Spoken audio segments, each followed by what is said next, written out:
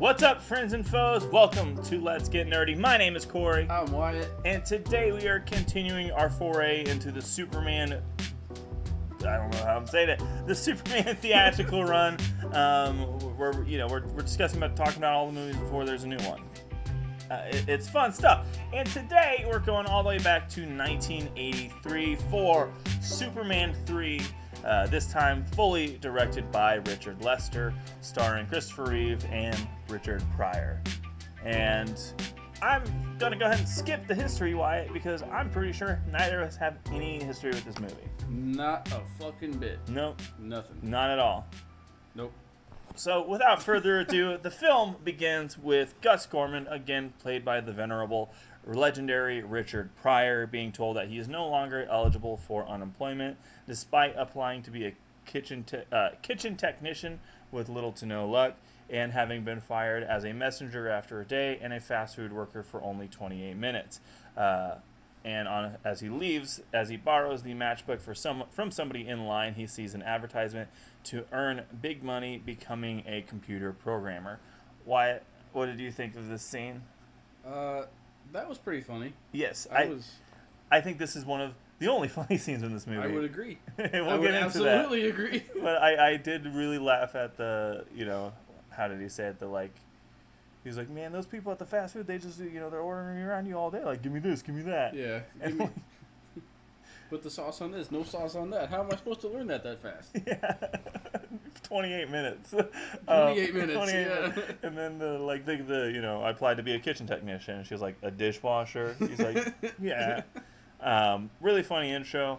So a real quick note here I have for it is the reason this movie features Richard Pryor so heavily is because after an appearance on Johnny Carson, Pryor had mentioned how much he had liked the first two movies and would love to star in one, which due to Pryor's success, which I don't know how much you know why, Richard Pryor was a fucking massive deal. Yeah. The Salkins quickly looked up from their pile of cocaine, I assume, and went and immediately wrote, reworked that this movie would be a Richard Pryor movie.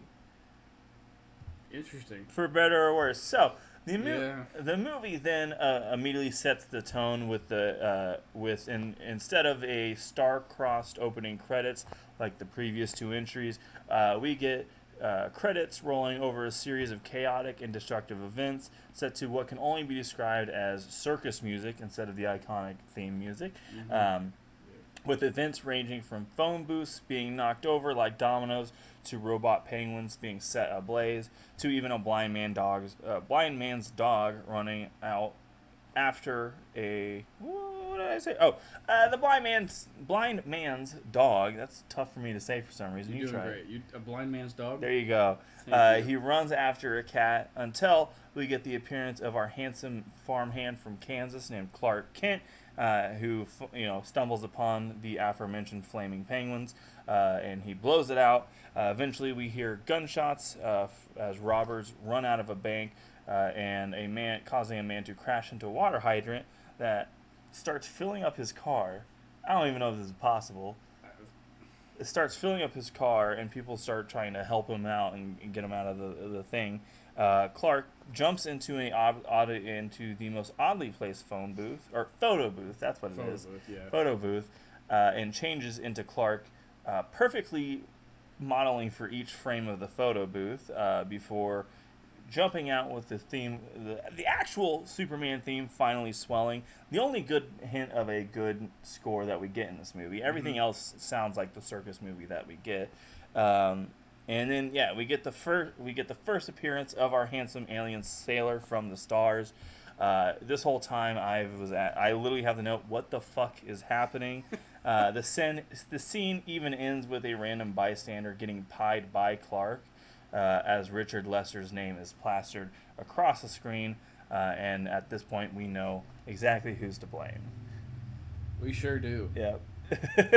So, pretty much this movie from the jump dispels any tone that Richard Donner had set with the previous two. Lester shits all over that quite literally.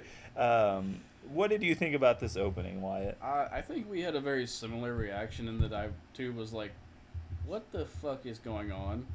Like, I sat down really excited to watch this movie because I had enjoyed the first two quite a bit. This made me really not excited for what was about to happen. Oh yeah. It just set a bad tone for the movie because it did feel like a completely different film at that point, you know? And it just...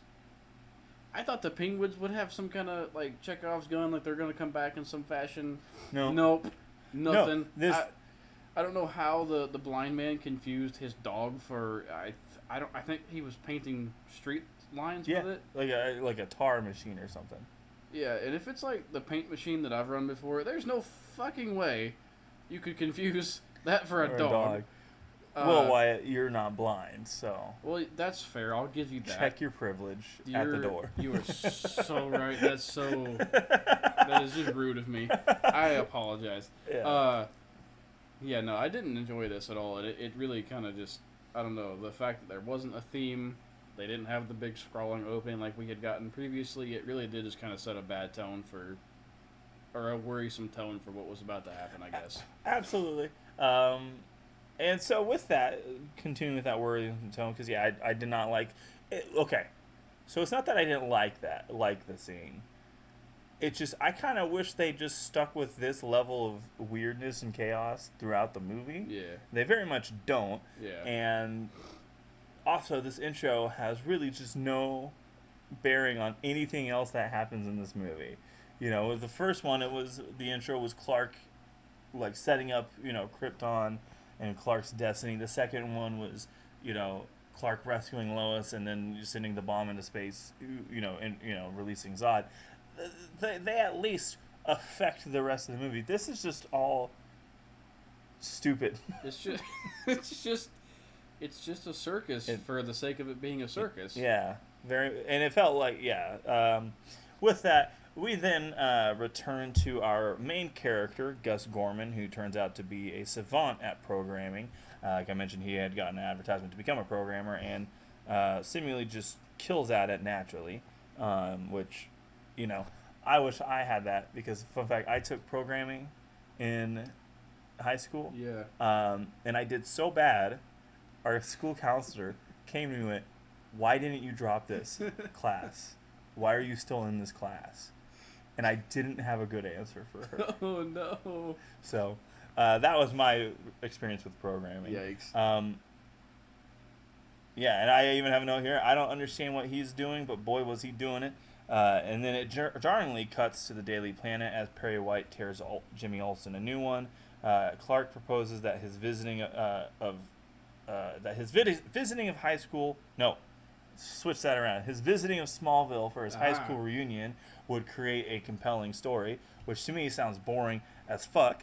And it turns out I'm right. And then we get Margot Kidder saying, "Fuck this movie, I gotta go to Bermuda." And so a little bit of background, it's worth mentioning here. So we also get the introduction of quite possibly the worst D plot in a movie ever, of Perry White having to constantly draw bingo numbers. Oh my god. Yeah, I forgot about that. I forgot about it when I was watching the fucking movie.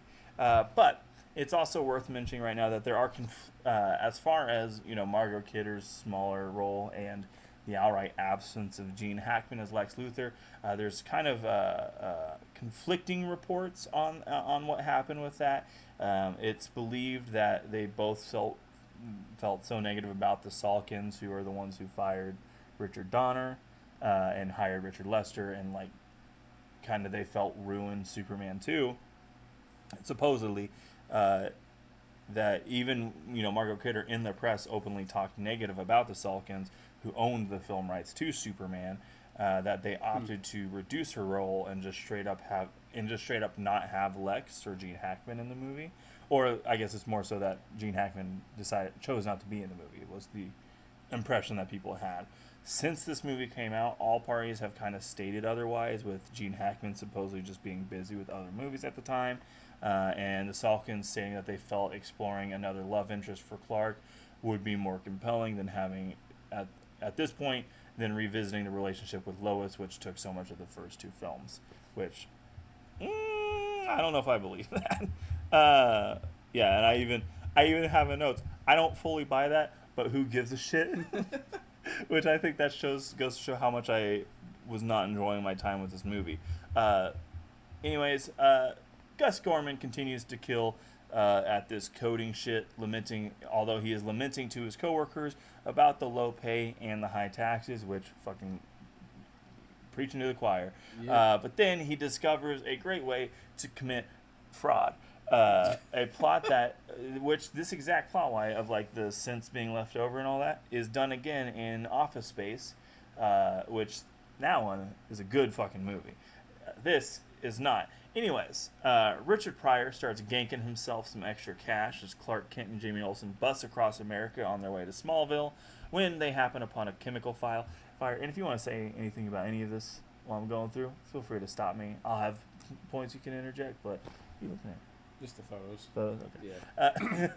Yeah. No, you're doing great. Thank you. But Jimmy Olsen and Clark Kent, yes, are busting across America on their way to Smallville when they happen upon a chemical fire where Jimmy Olsen, because he is a reporter or journalist, photojournalist, decides to rush in as Clark does protest, but not before he slips in and out of a police vehicle with a cop in the vehicle, by the way. And Superman is on the scene. We get the quote, "Get this man a helmet." Oh, it's you, forget the helmet, from the lead firefighter, which I like that, but I'm also like, man, imagine living in a world where like Superman is just an everyday like annoyance of like, he's here, fine. Anyways, Superman gets to rescuing folks, including Jimmy Olsen, who fell and broke his leg. It seems. I feel like they're showing. Oh, I feel like in the scene and throughout the movie, they show the suit in daylight way too much, and it kind of looks terrible. There's I don't know what it is. Something about the suit in this movie like does not look as good as the previous two. Yeah, I agree. And I think it's purely because they had him in daylight before, but like they would somehow always have it like light and like almost like glowing in a way, and then this way it just felt dull. And then anyways, Superman freezes and moves an entire lake to help put out the fire. And I have a note. The ice looks like when Orga was flying in Godzilla 2000. It did. Yeah, it did. So I know I just went through it. Do you have any thoughts about the chemical fire or anything that's happening here? Would you read Clark Kent going to his high school reunion as a front page story for the Daily Bugle? I would read it as like maybe a back page, like by the crossword puzzles type shit. The chemical fire. I don't really have much to say about it. It's fine. Except for like, it's pretty shitty of Jimmy to like these guys are actively fighting a fire and he's like, I'm gonna climb up on the ladder truck. Yeah, yeah. But yeah, no, I don't really have much to say about it. Yeah, that's fair. And you know what? Why I have a prediction. Okay, we're gonna be saying that a lot. I think that's fair. That is a fair prediction. So anyway, we get Rollover Beethoven playing as we find ourselves at Smallville's high school reunion with Clark running into his high school crush, Lana Lang, who they spend time catching up. We do get the news that Ma Kent has passed. Lana Lang turns down... I don't know why I have it lit. Sorry. Lana Lang turns down lit like a Christmas tree Brad Wilson in favor of dancing with big city hunk Clark Kent. In the meantime, Gus Gorman is getting those dollars while Clark Kent helps clean up the reunion. Lana laments that staying in Smallville and taking care of her 10-year-old son, ending the scene by indicating that Clark may be the one that got away. Yeah. I don't have much to say about this either. Absolutely. I do have a note here. I do want to say, like, while it's Annette O'Toole who plays Lana Lang, and I think she does a fine job, and I don't dislike her character by any means, but these two, Christopher Reeve and Annette O'Toole, compared to Christopher Reeve and Margot Kidder, do not have the same realm of chemistry. I don't know if it's if it's just the writing or the two as people or however. I think it's the writing. There just is not that. There's just not that chemistry in or the magicness between these two like there was with Superman and Lois and then Clark and Lois. Yeah. It's interesting that her name is Lana Lang and then Lois Lane.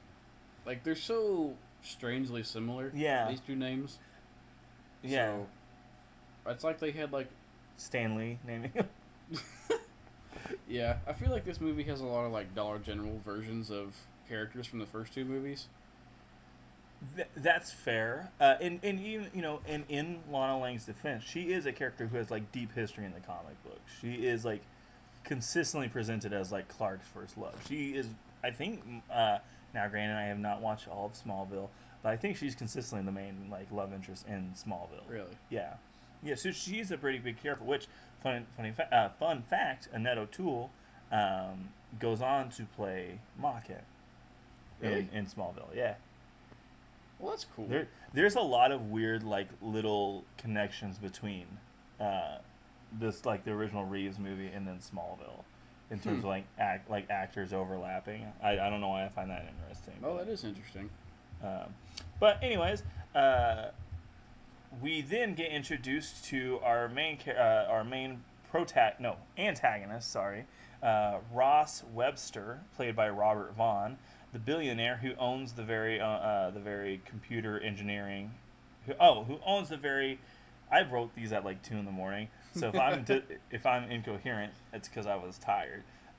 Anyway, the billionaire who owns the very computer engineering company that Gus Gorman works for with his crew, Lorelei Ambrosia, who plays ditzy but turns out to be a genius of her own, and his sister Vera Webster, who is kind of the opposite. She acts like she's the smartest in the room and consistently proves to be otherwise.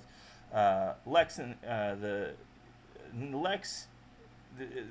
in the gang, these are not, and it turns out that they are pretty. But I want to do a quick side note here, Wyatt. You may already know this, but the name Ross Webster kind of trips me out because you guys, the two of you who watch, know me as Corey, but in fact, my real name, Corey's my middle name, but my actual name is Ross Weber. And kids in school, and Wyatt can attest to this, used to call me Ross Webster for some reason, because of Webster's dictionary. Yeah. I never thought it was funny. People thought I would get mad about it, or like it was something that annoyed me. The thing that annoyed me about it, and I've told you this many times, was like it just didn't feel that clever to me. It's just an easy jab. Yeah, and I was like, okay, but like my name is Weber. Right. There's a grill. Like that's way more right, and but that's what you get when you deal with kids from Tonganoxie, Kansas. Yep. That's what you get. Anyways, Ross Webster and his gang find out pretty quick that find out about Gus's scheme of he's stealing money from them, and Gus is summoned to their office, and he pretty quickly figures out that the jig is up, but instead of being punished, it turns out that Mr. Webster would like to utilize Gus's scheming skills to take over the coffee game by way of controlling the weather. This is a shit plot. It's a terrible plot. So here's the thing. This plot alone, like the coffee plot and eventually what they do, isn't that much worse on the surface than the Lex plot, causing earthquakes to annex, California or whatever. It's just that they don't have Gene Hackman playing it. And, there's just no way they're going to fall. Which, fun fact, he wasn't actually, Ross Webster or whatever, this was not supposed to be the original plot. I don't know if you're aware of this, Wyatt. Let me get this pulled up. Do you have any idea what the original plot was supposed to be? I have no idea.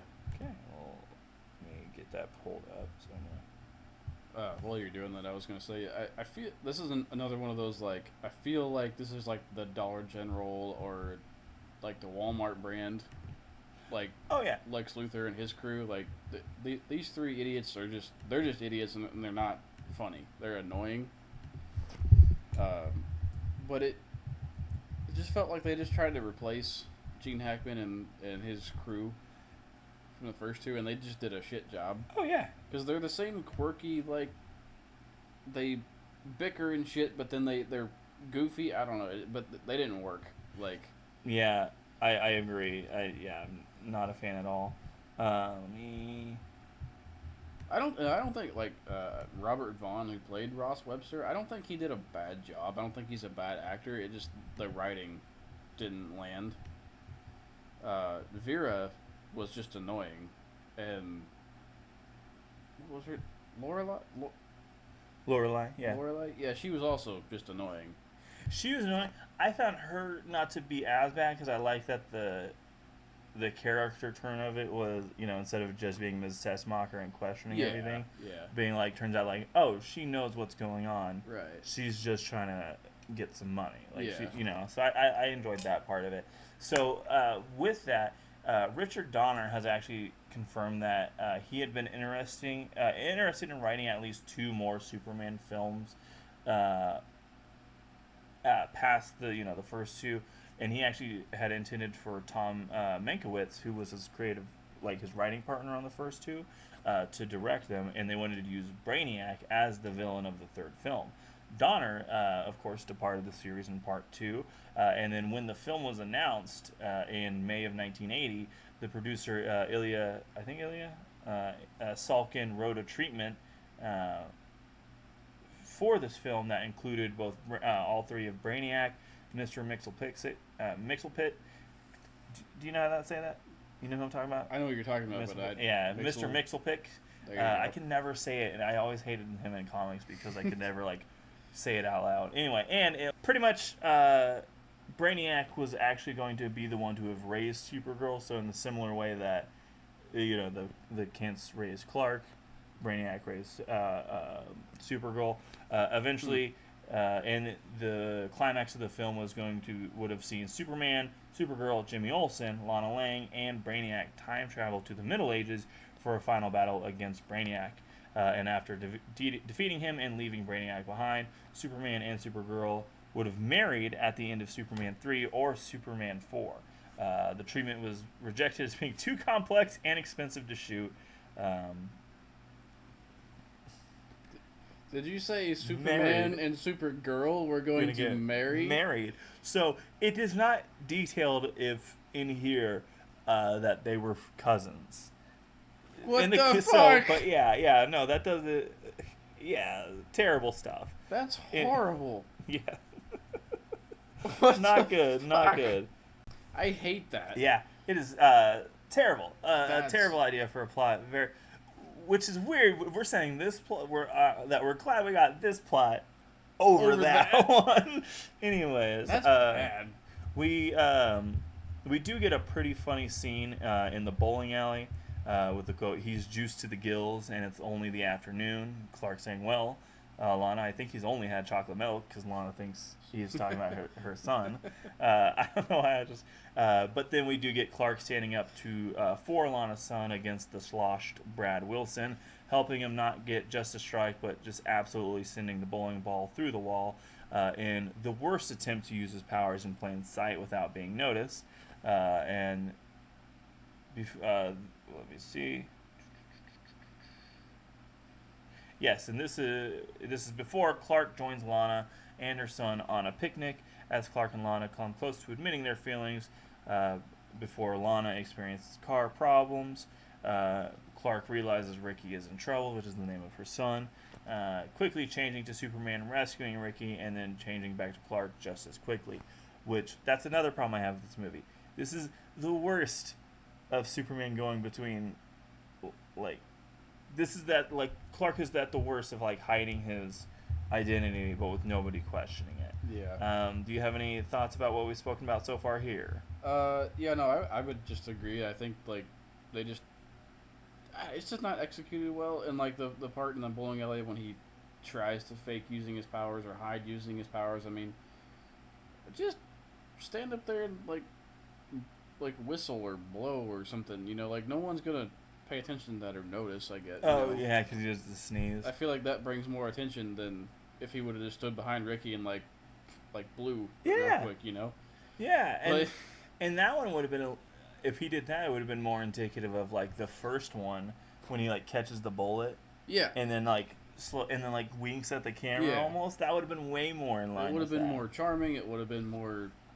Yeah. It would have been better. There's just no charming Superman in this one. There's not. Anyways, Richard Pryor starts fucking with the weather in Colombia. Not Lex Luthor celebrates by skiing atop a skyscraper. He and his sister start plotting to move on into oil before their coffee scheme's even done. This is until, of course, Richard Pryor recounts Superman coming to the rescue and reversing the effects of the weather manipulation, which we see kind of in a montage of things. Yeah. Then Ross Webster decides to hatch a scheme after some clever advice from Lorelei Ambrosia, starting the, sneaking that Lorelei has a little bit more going on than what she seems to be putting out there. Yeah. He decides to recreate a synthetic kryptonite. Once created, Gus poses as some sort of general to present the rock as an award to Superman, while he also receives the key to the city of Smallville. Initially, the K2 has no effect, but it turns out that synthetic kryptonite, is no joke, as it turns Superman into a pretty bad boy. He makes advances on Lana Lang while ignoring a bridge collapsing. Once he leaves, Superman makes sure to fix the Leaning Tower of Pisa, or blows out the Olympic torch, kind of just causing mayhem all around. Yeah. What did you think of Bad Superman? I didn't like it. That's fair. Which I know is the point. The scene with Lana in her house just made me really uncomfortable. It felt like a Homelander scene. It really did. Yeah. It was I guess I think they executed the surprise of that well, because Superman, and then all of a sudden he's just like all creepy and shit, Yeah. and I don't know, didn't like it. But I actually the Leaning Tower of Pisa thing I thought was funny. It didn't make any fucking sense, but the guy at his little shop there, yes, he was funny. That's what I thought was really funny. They're like, ah. Yeah. And I love the way it comes back at the end. Yeah. When he grabs the broom and just starts Starts smashing all of smacking his it. shit. That made me laugh, actually. Yes. I think I must have zoned out during this scene because I don't remember the Olympic flame. Like I remember, I think I picked up that the Olympics were happening on screen, Mm-hmm. and then I just zoned out. I don't know Yeah. if I was looking out the window or petting my cat or my dog or I don't know. So with this movie, the reason I caught that is because I have probably in total have now watched this movie 2 or 3 times, because for some reason this was the toughest movie for me to get, because I kept trying to watch it after work, and I just kept falling asleep. And so I kept having to remember where I picked up at and go from there. And so that's why I've seen it about 2 or 3 times. And then Gus then proposes building a supercomputer for Webster in exchange for creating an energy crisis by redirecting or destroying oil tankers, where Lorelei then seduces Superman and manipulates him into helping cause said oil spill. Yeah. So that was also weird. Yeah. And then Superman has a 3 o'clock shadow. It's not quite a 5 o'clock shadow. Yeah. And I don't know if you know, Christopher Reeve is starting to go gray in this movie. Yeah. And I don't think that's an effect for the movie. I think that was just he was now in his 30s. Well, and then it seemed like the suit got darker. Yes. And I didn't know if they were going for a Bizarro type thing, or if it was just I think kind of trying to have a visual signifier that he's this is not your Superman. Right. So eventually we find ourselves back with Bad Superman as he starts freaking out in a diner and flicking peanuts into a mirror, scaring the people of Smallville. I forgot about that. I forgot he gets drunk. Yeah. I actually thought this scene was a little more entertaining too. It was pretty funny. The bad Superman stuff kind of, I don't know why it got to me. It did happen to make me laugh. Not as much as I was like, I should have, but anyway, yeah. He freaks out, including Lana Lang and her son Ricky, who yells at Superman to get better, which this is the inciting incident to cause Superman to break down, and eventually a fight between Superman and Clark Kent, who is spraying from the recesses of Superman's mind.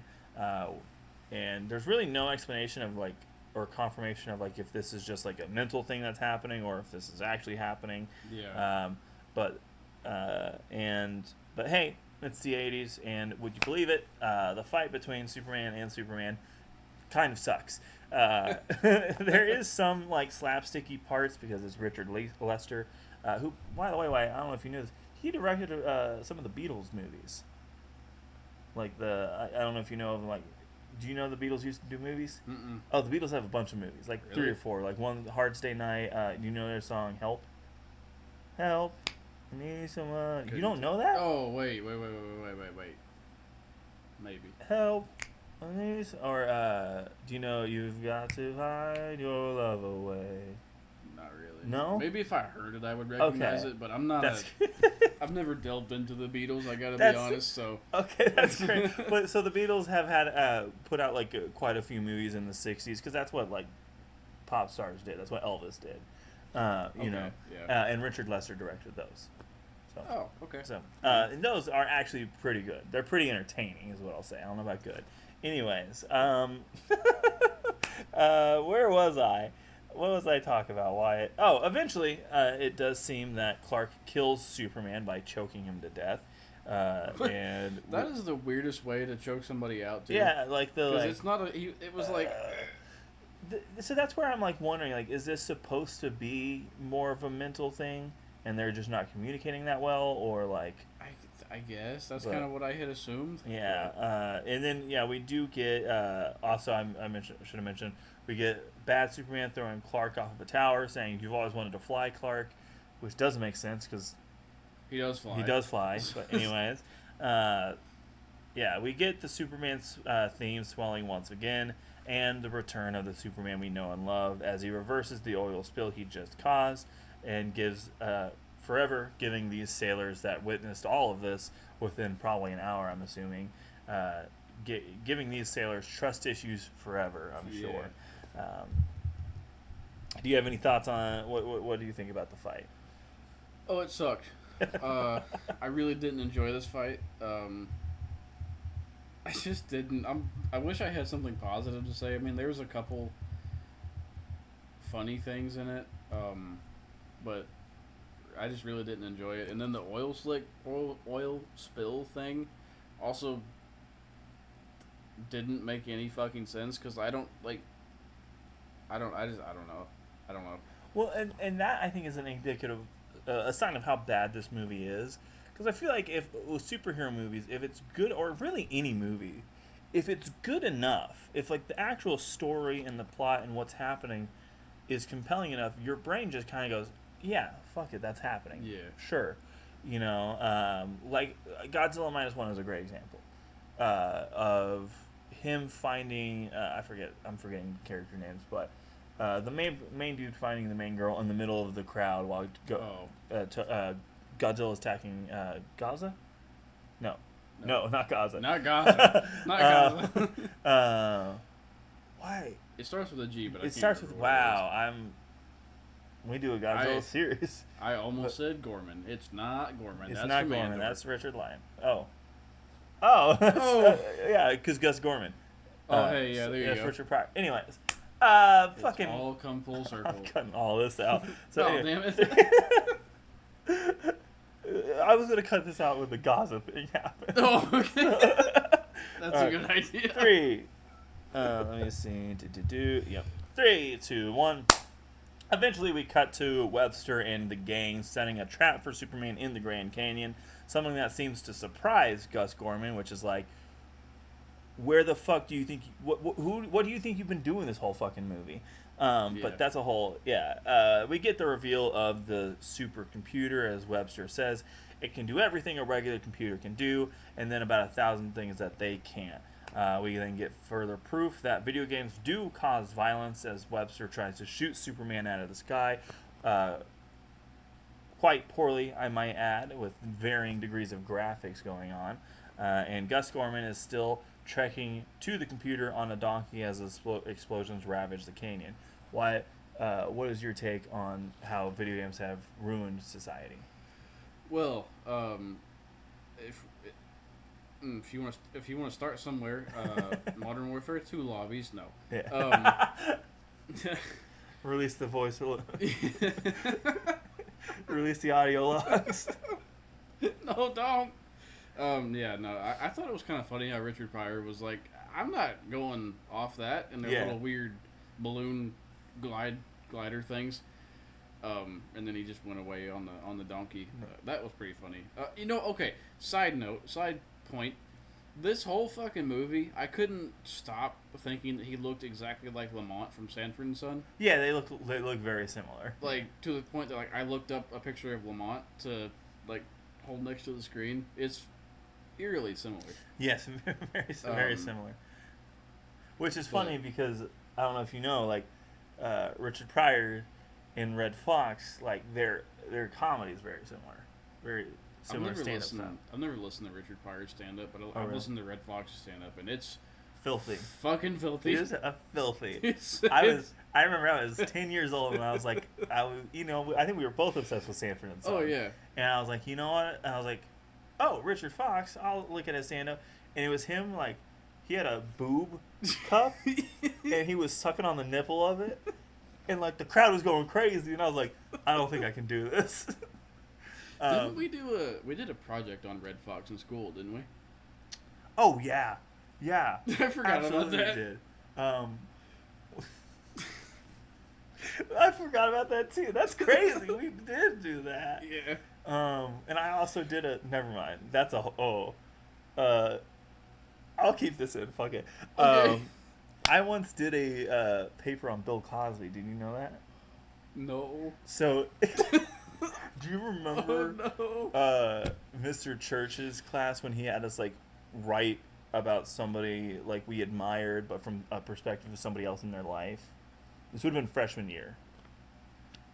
No. You don't remember this at all? I don't remember that at all. The reason I remember is because I wrote about Bill Cosby. Oh, so this was before everything happened.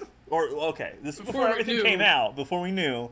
And I wrote from the perspective of Bill Cosby's mom watching his career from heaven and saying how good of a person he is and how much he's done for the world. That didn't age well. It is not. Literally, by the time we graduated, it did not age well. This was, let's see, we were freshmen from 2012 and 2013, and I think literally by the next year, everything had come out. Oh, God. Eventually, Superman arrives at the supercomputer. We get the quote, "I don't know you, lady," as Lorelei greets him, greets the Man of Steel. Gorman realizes Superman thinks he's one of the bad guys, which is come on, Superman.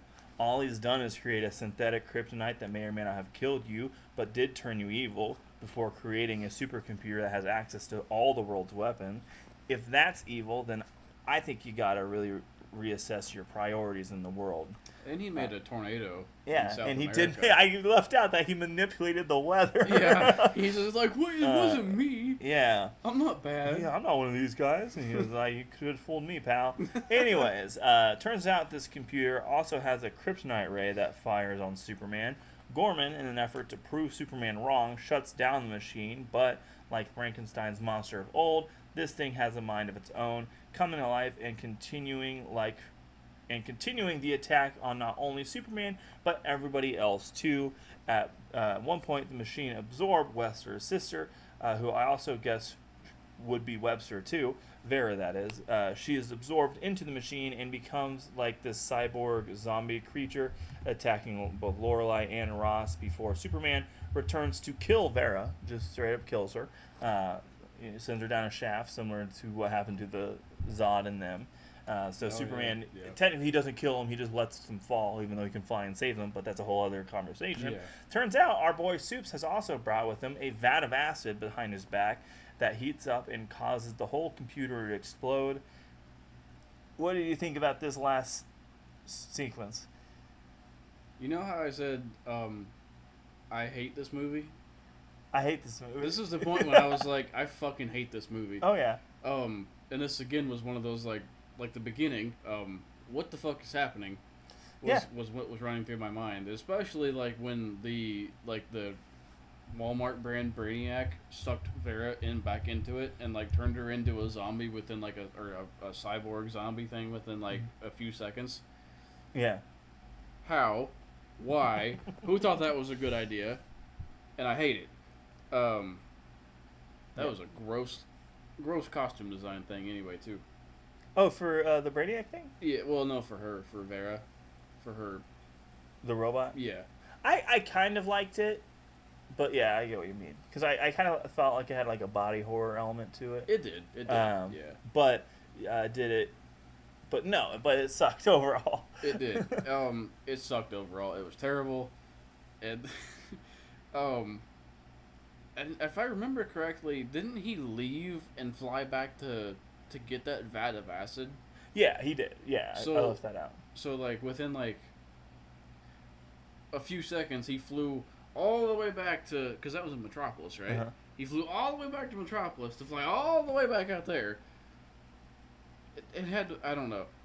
They traveling... It's kind of like Game of Thrones. I don't know. Did you ever finish Game of Thrones? No, I didn't. Oh, so like for most of the seasons with Game of Thrones, like characters would take a whole season to travel places. Like literally, there would be whole plot lines of like this person traveled from here to here, and all these things happened since. So they don't know this happened. They don't know this character's dead. And then in like the last 2 seasons, they are literally like within a day going from like boom, boom, boom throughout Westeros. Damn. And it like kind of ruins a lot of the element. And the same thing happens here, where like the first movie, it's very much like, hey, Superman's fast, but he can't catch both missiles. Right. You know, and he can't save everybody. He can't do. And then this one, he's popping all over the country with no problem. He might as well be like Nightcrawler and just be teleporting everywhere. Absolutely. Yeah. At this point. Anyways, in return for his help, Superman does provide Gus Gorman a ride back to Metropolis, stopping on the way at a coal mine, where Superman crushes a piece of coal into a diamond before suggesting the coal miner should hire Gus with the quote, "Does your boss have a computer?" "Yes, a small one." Well, you'd be hard pressed to find someone as handy as Gus. Just because they have a computer, Gus supposed to He's a secretary? Yeah. For the Coleman, which I do like that. At this point, Gus opts out of flying with Superman, deciding he'd rather do the bus for the rest of the way. The miners do offer Gus a job, and then Gus, which this I think was the funniest Gus scene, where he's like, "I'm good." Yeah, he's that was pretty "I'm good. I'm and then they're like, and then he decides to and they're like, he's like, "Where's the next bus stop?" They're like 9 to 10 miles. He's like, I'll take the bus. I'm good. I'm out. I thought that was probably the funniest moment for Richard Pryor. That was pretty good. It was funny too that those 2 random dudes in the mine were like, "Yeah, we'll give you a job." Oh yeah, they're like, "Yeah, Superman says, fuck yeah." Yeah, which is fair. But they're not the bosses. No. The dude the guy running the place might have been like, "Who the fuck is this?" The guy running the you mean to tell me Superman? Yeah, Superman stopped here, dropped him off instead of to hire him, and I'm just supposed to believe that? Yeah, that's a really good. Which also this scene gave me a question for you, Wyatt. Yes. If Superman had to carry you across country, how would you position yourself? That's a great question because I feel like it would be really uncomfortable to stay rigid the whole time. Yeah. I don't know. Well, because he had the way Pryor was doing it, he had his arm over him, but it was dangling at his feet. Yeah. I decided I think the best way, because Superman is strong enough, just kind of straddle him on top, right? like a mechanical bull. Yeah, I don't know if he would let you do that, but yeah. I don't know. I feel like Superman. I don't know. I don't know because if he didn't like it and he could just turn over and let you fall. Well, he wouldn't let me fall. We're best friends, me and Superman. Oh, are you? Yeah. Well, yeah, he's letting me straddle him. Of course we're close. Oh, God. Anyways, the film starts wrapping up with Clark giving Lana the diamond ring on behalf of Superman. Juice to the gills, Brad shows up in time to get his ass kicked. Lois returns from her vacation with a story about corruption in the Caribbean, which is, I love the quote, I knew something was up when that taxi driver kidnapped me. It's so fucking funny. Immediately, Margot Kidder is like, oh yeah, she's the best as Lois Lane. Yeah. Hi, Willa. Lana, who now works as Perry White's assistant, and we get one last bingo poll from a computerized bingo machine that explodes, I think, which wraps up the worst fucking D plot I've ever seen. And we do get what I think is the funniest scene in the movie of Superman correcting the Tower of, putting the lean back in the Tower of Pisa, causing the merchant to start smashing all of his new merch. That's probably my favorite scene of the whole film. It's so fucking funny when he just turns around and starts smashing all of that shit. Because he had remade all these clay sculptures of the Tower of Pisa to be straight now that it was straight. And then all of a sudden he turns around and it's like leaned again. I don't know. For him just to start smashing shit with his broom and it was great. Anyways, now that it's over, this movie, I think you can tell how we feel. This movie's really bad. It's actually worse than I thought it would be, because of all four of them, like 4 is labeled as like the terrible one, but this one I think is awful. Is absolutely awful. Even Christopher Reeve has indicated that the only part of this movie he likes was the fight between Superman and Clark in the junkyard because he thought it was compelling. I think I might even disagree with Christopher Reeves there. Yeah, I think I would too. And overall, with like the Salkins and Lester at the helm, it just felt like any of the actual magic or charm that the first 2 entries had was just that made the first 2 entries so great and iconic just does not show up here. And I think I'm fairly confident I'm never fucking watching this movie again. Yeah, I would absolutely agree with you. I'm never going to watch this movie again. And I don't normally give too much credence to like Rotten Tomatoes and those sites. I just don't really care. But I thought it was interesting that like IMDb has a 5 out of 10 for this. Rotten Tomatoes has a 29%. And Metacritic has a 44% for this film. Yep. I actually would agree with that. Absolutely accurate, yes. But yeah, I'm never going to watch this again. Ever. So I wouldn't watch it if you've never seen it. I actually, Wyatt. Yeah. I'm gonna say fucking feel free to skip this one, because Richard Pryor. I know you haven't watched it. One of the funniest stand-up comedians of all time. Very arguably the funniest. Like he's one of the comedians that if you listen to Richard Pryor stand-up, you go, oh, I can hear Kevin Hart, Dave Chappelle, fucking Bill Burr. George, I hear everybody else in Richard Pryor. One of the funniest dudes of all time. Has made really fucking funny movies. He wrote, with Mel Brooks, Blazing Saddles. Really? Yes. Dude is hilarious. And not once, or I guess I should say twice, he made me laugh in this whole movie. Yeah. And that's absolutely wasted. Like, to jettison the character of Superman, completely, like, waste the character, like, make Superman just not Superman in this movie, in favor of having Richard Pryor in this movie, and not let Richard Pryor be funny for some reason is mind-blowing. Yeah. So, I fucking hate this movie. Don't watch it! But instead, we do have one more of the Reeve run to go. Let's hope it's way better. We end it next with Superman 4, The Quest for Peace. Please like and subscribe if you want to see it. Or just watch it and like and subscribe. Do all of that. For now, thank you very much for watching. We got to get back to nerding out about Richard Pryor. We're out of here.